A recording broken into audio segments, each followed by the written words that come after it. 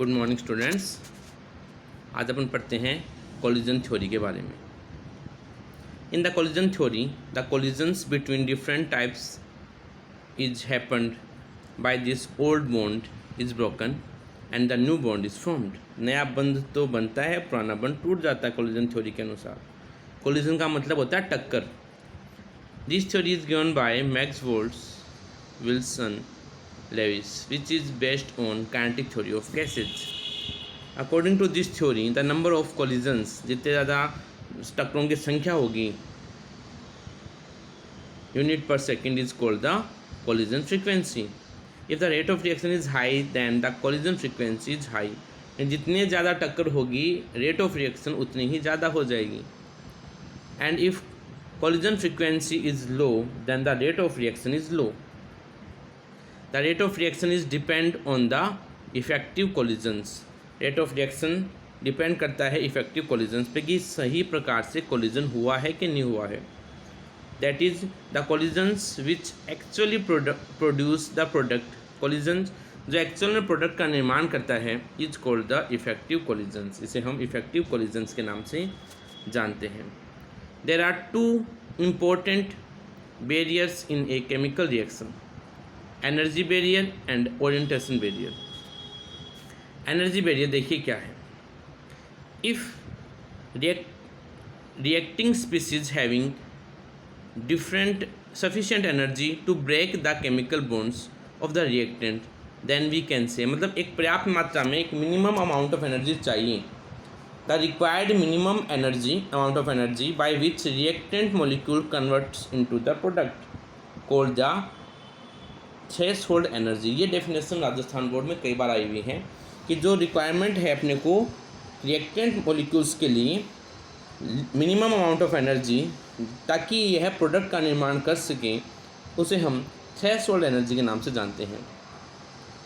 So we require energy more than the threshold energy. इसलिए अपने को हमेशा थ्रेशोल्ड एनर्जी से ज़्यादा एनर्जी चाहिए ताकि वो सही प्रकार के प्रोडक्ट का निर्माण कर सकें। आगे देखिए orientation barrier. The collisions molecules having proper orientation by which old bonds breaks and new bonds form. तो ओल्ड बॉन्ड जो है वो तो क्या होते हैं, टूट जाते हैं और नए बंध बन जाते हैं। During the reaction only effective collisions make the product. सही कोलिजन ही प्रोडक्ट का निर्माण करता है। So orientation at the time of the collision may be exact होना चाहिए सही ओरिएंटेशन। जैसे NO2 के दो मॉलिक्यूल आपस में जुड़ के N2O4 का निर्माण करते हैं, तो ये कोलिजन अगर है तो अपने को सही प्रोडक्ट की प्राप्ति इसमें हो जाती है। अगर ओरिएंटेशन प्रॉपर नहीं है तो प्रोडक्ट की प्राप्ति भी नहीं होती है। So we can say that the rate of reaction is depends on proportional to the number of collisions per unit per volume per second between the reacting species which is known as collision frequency। ठीक है, और properly orientation by which sufficient energy is required।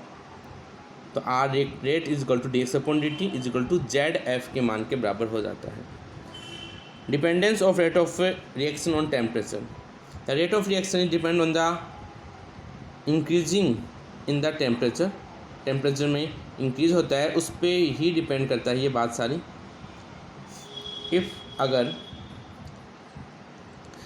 We increase temperature the rate of reaction increase of, and when we decrease the temperature then rate of reaction also decreases.